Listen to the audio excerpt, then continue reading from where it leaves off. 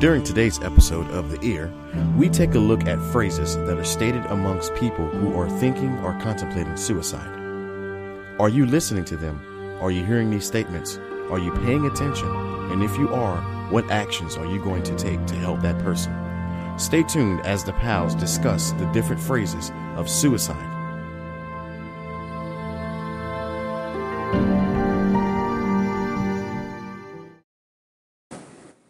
If you haven't heard about Anchor, it is the easiest way to make a podcast. Please, let me explain. 1, it is free. 2, there's creation tools that allow you to record and edit your podcast right from the phone or computer. Anchor will distribute your podcast for you so it can be heard on Spotify, Apple Podcasts, and many, many others. You can make money from your podcast with no minimum listenership. It is everything you need to make a podcast in one place. So please, download the free Anchor app and go to anchor.fm and get started today.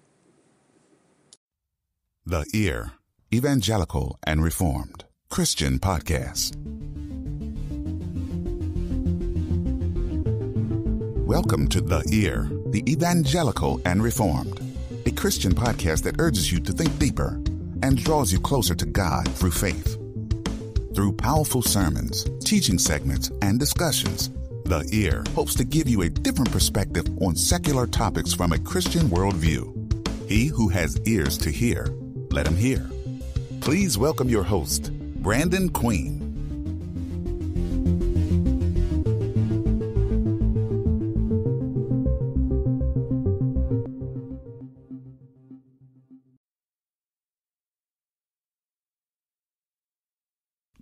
Good morning, everybody. Welcome to yet another episode of The Ear, and today we are taking it back to the P.A.Ls. I do want to apologize for last week for not having an episode out. We were busy with campaigning at making sure my boss got his job back, and we were successful. With that being said, I have Timothy and Robert with me, and we're going to continue our episode on suicide. All right. Hello, guys. How y'all do? Pretty good. Doing good. Awesome. So over the course of a few weeks, we've touched up on some topics on suicide. And today, I want to kind of look at the terminology used in suicide. Like, I want to tackle like phrases. Like, what are some things people would say that would give you an indication that they are potentially suicidal? Do you know any? I know some. Do you? Yeah, I know some. Would you care to share? There's nothing left for me in this world. What do you think people mean when they say that? That there's literally nothing left for them. They think that everything's against them, that they're done. They can't make anything better. There's nothing left for them to make themselves happy. Tim? It could start off being, saying like I'm fine, but really, they're struggling inside. Yeah. Another sign too is they give away their stuff slowly but surely. They'll say, "Hey, man, you want my 55-inch flat screen?" And you'd be like, "How much?" You'd be like, "No, it's free, man. Here you go. Also, here's the keys to my 1969 Ford Mustang. Oh, by the way, you can have also all my CDs and DVDs and DVD players." And you'd be like, "What the heck?" When they start giving away stuff, that's another sign. Okay. I've heard one, going back to the book that we've been reviewing for the past couple weeks, that Kathy put in or would write in her journal would be, obviously it's not God's will that I kill myself. And the reason why I want to touch up on that is I was given the opportunity to be made aware of someone that I know that was contemplating suicide and ended up not doing it just by listening to one of our podcast episodes. And what people need to realize is there are a number of different types of topics that phrases that people will say that will either give you some sort of indication that they want to commit suicide. What are some other ones? Of indications? Yes. Like I said, giving away stuff. That's one of them. That's a big one, actually. Not being very talkative, keeping to themselves, depression. Isolation. Yep. Isolation, okay. What about some subtle ones? Some that are not very obvious. Like if you come across somebody that's very active and talkative and likes being around people, and they keep that going for a while, but then you start noticing small things if you're paying attention. Well, yeah, like you can have an incident where someone is with you at all times. Let's say, for instance, 3 months. They hang out with you for 3 months straight. They come out to the barbecues. They go hang out with you at the bowling alley. Y'all go play cards every night. Y'all just, text every day. Right. Then all of a sudden, out of nothing, they start acting different. You're like, hey, how you been doing? And all they say is, good, in a text message. So the long paragraphs they used to, just good. You're like, what? That's a different change of attitude. Next day, you're like, hey, man, how you doing today? Okay. Or just the letter K. You're like, what's going on? Then you do see him face to face. You're like, hey, man, I haven't talked to you in a while. How you been? And they just walk away. That's different. You're like, what's going on? Either they're depressed, something's going on in life. That's, some factors you can look into on talking to someone. Because you don't know if it's suicide or just depression. You don't know. But it's still factors that could possibly be keys. But even depression can... It's a factor that can lead to it. Can lead, yeah, absolutely. So how can we, as Christians, bring hope to a person like that? That has depressed or suicidal thoughts? Both. Tell them about the love of God. That God loves them a lot, more than anybody on the face of the planet will ever love them. Pray for them. Okay. What else? Do we just take this into our own hands, or no? We can leave it up to a higher person. Well, I'd say we can. We can take it in our own hands to be there for them too, and say, hey, if you need anything, I will be there. But what if they get like what? Beyond your control? What do you mean? What do you mean beyond? There should be never beyond your control. We had that on one of our podcasts. You should never let it go. No matter what it takes, you should always be there. Right. There should be never let them go. Never out of their control. The only thing you possibly cannot stop is if they lock themselves in a room and you can't in the room, like that one podcast we did where that the wife tried to break the door down. She couldn't. That's the only time it's out of your control. And that you should be there with them. Knowing that someone loves them on this earth, and also explain how much Christ loves them. Okay, and the simple fact that we are Christian, one way I say we can bring hope to a person like that is, yes, sharing the love of Christ, letting them know that they are valued and they're wanted. And I think what Tim was getting at was, do we continue to do things our way, or do we try to help and get professional help for the person?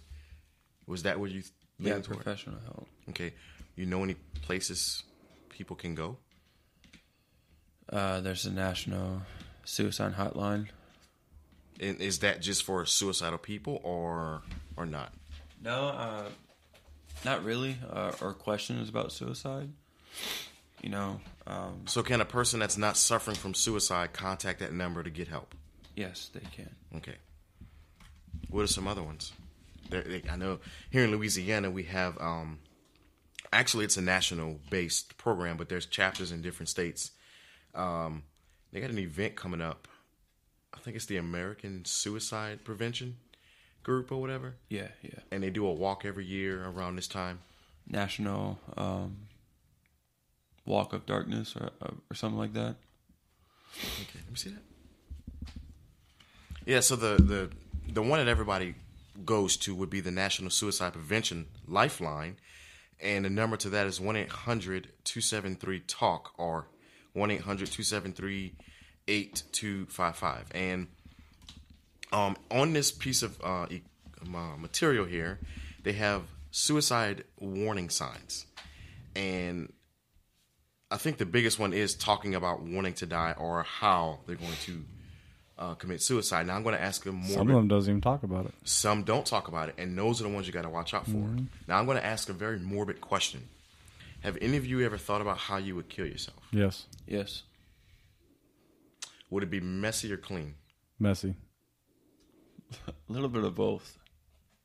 How you say that? Because some days I would have thoughts like in my depression days of, just go ahead and take a gun or, make it simple and with hanging. So. Okay. So some days I would have a pick of which one I would do it. Robert. What's your... What mine was? Mm-hmm. Mine would be messy. Mine would be with a weapon, preferably a semi-automatic pistol or rifle. Okay. Now, and you're probably wondering, why is he asking how would one commit suicide? And I say that to say this. Sometimes people won't tell you they're going to do it. They won't tell you how they're going to do it. And when they get to the point to where they start talking about it more and they start talking about how they're going to do it, that is when, you need to step aside and you need to call somebody that is a professional at helping someone or trying to prevent someone from committing suicide. Now, Robert, the podcast that you and I did 2 weeks ago, I don't think the wife could have gotten this guy professional help. I think he would have done it anyway. I think he already had his plan set. He was in motion. He was going to do it. There was nothing going to stop him. Right. So when a person gets to that point of not being able to talk him out of it, best thing you can do is be there, pray for them, and watch them as quick as you can, and get friends and family to help you watch them. All right. Can I share a story? Sure. I have a story in reference to an own personal, personal suicidal story. Let's just say it was about me. It was. Okay. I'm not going to lie. All right, listen. So back when I was in the military, as everybody knows that listens to the P.A.Ls, I'm a veteran of the United States Marine Corps. Back when I was in the Marine Corps, I was out in 29 Palms, and I was what they called the dispatcher for this infantry unit, and they give us these things called master logs, and it's this huge piece of paper that has, I don't remember how many lines, probably like 100, maybe 200 lines on it. It was ridiculous, just rows and rows and rows and rows. And what you do is you put the vehicle number, the person who took the vehicle, what time, and all this stuff, and it has to be perfect. You mess up on it, you got to redo it. And it's a front and back paper. Well, I had staffs on it that he just, I don't know, didn't get the Holy Ghost in him that day or something. I don't know. But he decided to pick on me, and he saw a tiny little smudge mark on one of the papers and said redo it. And I was already 17 sheets in. He made me start all over from the beginning. I stayed up all night and the next day doing it. Well, when I got done with it, he came up and said, I don't like it. Do it again. Well, in my mind, I was like, this dude hates me. Life sucks. I can't keep doing this. And not only that, while I was doing those papers, I had to do the new ones while people were still checking trucks out throughout the day. And I had people, hurry up, Maruli, hurry up, blah, blah, blah, blah. You're a piece of crap, you're slow, and just dogging on me. Well, over there, you carry live rounds and you have your rifle with you. I have my M4 with me, carbine, which is a 5.56 millimeter. And I went into the Porta-John, and I took the magazine, loaded it into the magazine well, racked it back, had a round in the chamber, stuck in my mouth. I said, Lord, if you wish for me to live, tell me right now. And all of a sudden, a knock on the Porta-John. Hey, who's in there? And that was it. And that's when I broke down crying. I was like, I hear you. I was going to pull the trigger. My finger was on that trigger, ready to push. I said, there's no sign. I'm pulling it. And there was that knock. Yeah. And I didn't talk to no one about it. That was just me. And that part of not talking about it can be so crucial, and it can be so detrimental that when, like let's say I was with you on that tour, training, whatever it was, and I didn't know because you didn't show any signs of suicide or any signs of wanting to harm yourself, and then all of a sudden you do it. I'm going to sit there and think, what did I not see? What did I miss? What was so bad that he wanted to take his own life? For 2 days, they were messing with me. And look, bullying is a huge factor. And I'm glad you brought that story up because the military is so easy to commit suicide. It's not even funny. Oh, 22 a day. It's even on active duty or when you are a EAS, veteran. Yeah, into service. So, and same thing with cops. People think, and I'm going to get on this bandwagon for a minute, and Robert, you can probably agree with me, but cops get a bad rap right now. Yes. And look, there are some bad cops. I'm not sitting here and saying they're all saints because they're not. But cops, 92% of cops put on that uniform to protect and serve. Mm-hmm. Yep. All right. And they want to help and they want to make a difference. It'd be actually any first responder if you think about it. Right. First responders too. They put that uniform on to help people. But then you have the ungrateful part of the population that wants to attack because they want attention, or they'll do something, like if a known criminal does something stupid and they pull a gun on a cop and the cop is forced to take their life,